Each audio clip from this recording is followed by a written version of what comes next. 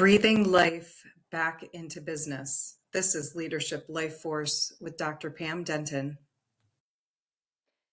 Hello there. Today I'm in my home office and I this intuitive hit to use a resistance band to talk about tension because I always think of reactive leadership as snapping. It's like, woo. And that's exactly what happens inside the body. It feels like when you're in a reactive place, you just snap for no reason. And that snap gets shorter and shorter and shorter and shorter and shorter. So this is what's happening in the body and in the nervous system. The connective tissue that is in our body and nervous system starts to build up tension, and it's all connected, and then it winds and it twists and it binds. And just think about this: every day you have to show up like everything is okay, while inside your body you're like, what the heck is going on? I just don't feel like myself.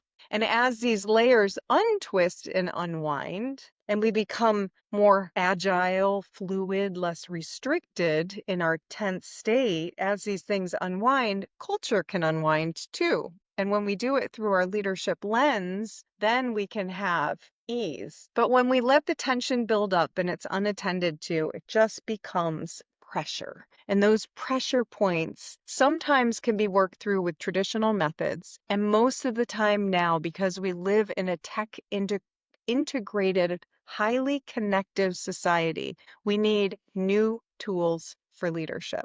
And that's where this work comes in, because we could be reactive, or we can learn to go into the tension, build it up and release it, build it up and release it. So back in the day when I was studying this work, I had a clinical practice and people would come in and we would work on these tension points, and I would do the neurological work. And then they would go back into their work environment and the old patterns would come back. And that's called hardwired patterns, meaning they're so powerful that you just go back to that old state of leadership, of the stress personality that's kind of taken hold in your nervous system because you have not rewired the brain yet to self-correct, self-reflect, and self-direct. Solution-based leadership, the brain knows the solution, but when it's just being put upon by stress, over stress, it just cannot be adaptable or innovative or flowing or flexible or listen or communicate or even be present. So this tension in this resistance band is really what I feel in the nervous system when I'm placing my hands on someone's body. Energetically, what happens is the energy just shuts down.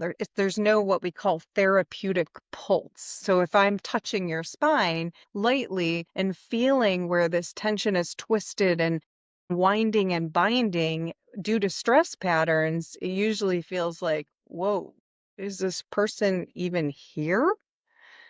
Until a deep breath goes through. And that's the body's innate intelligence. The beautiful thing about life force is it waves, it flows, just like the ocean waves and flows, and just like we have tides and shifts and cycles and how weather changes. Our body can change, it can ebb, it can flow, and it needs to communicate. Like your shoulder needs to communicate with your hip as much as you need to communicate with the leader down the hall or with your employees or your team.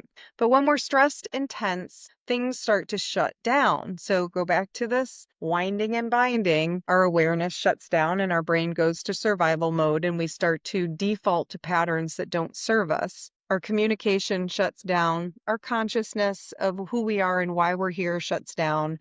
Our heart center, our authentic ability to be connected and be present and be aware of who we are and how we're leading in this world, boop, gone. Heart just gets walled up. Our power, a lot of times it'll start to try to exert, and it fights with those shutdowns because it's like, I've got to find some power because I'm running out of energy. It's all being used for stress. And that brings us to energy. If we're not moving our energy and aware that we are all energetic beings and we are connected, and what we do in this world connectively matters, it starts to dilute our energy. Some people, you may be able to navigate the world this way. You could get yourself enough isolated and in your lane that it works for you, and you have a profession where that works for you.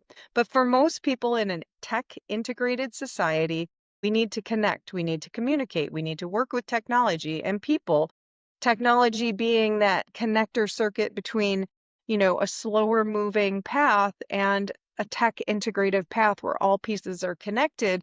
But if we're not connected to ourselves and we're blocked by this tension, and life is like, and our emotional intelligence starts to tank because this becomes like stored layers, then how can we be efficient? How can we? Well, we can by allowing ourselves to regulate, let it go, become floating. That's the word that came through yesterday, floating. Allow yourself to float. I always used to say flow around the obstacles rather than be the obstacle and be the resistance. In our stress personality teachings, you'll understand how these stressors become personalities. And reading this in the Mind Cleanse ebook is so important, or having us come in and do a training to teach you, your team, your organization about the stress personalities and how they are a real brain to body thing. Our brain defaults to its survival brain because it's the quickest way to get through the tension.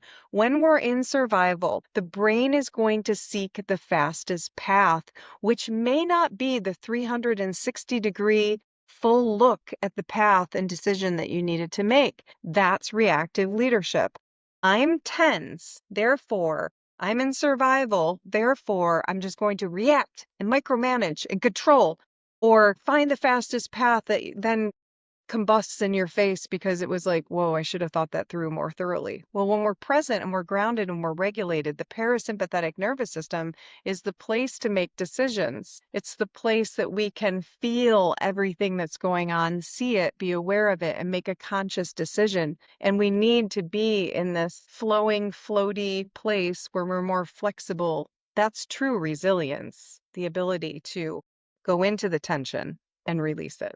So we have the choice to be reactive or solution based and work with our brain and our nervous system to be self corrective, self reflective leaders that can keep up in the age of technology. All those reactive situations can be regulated and turned into a grounded, present, calm world inside yourself and inside your businesses.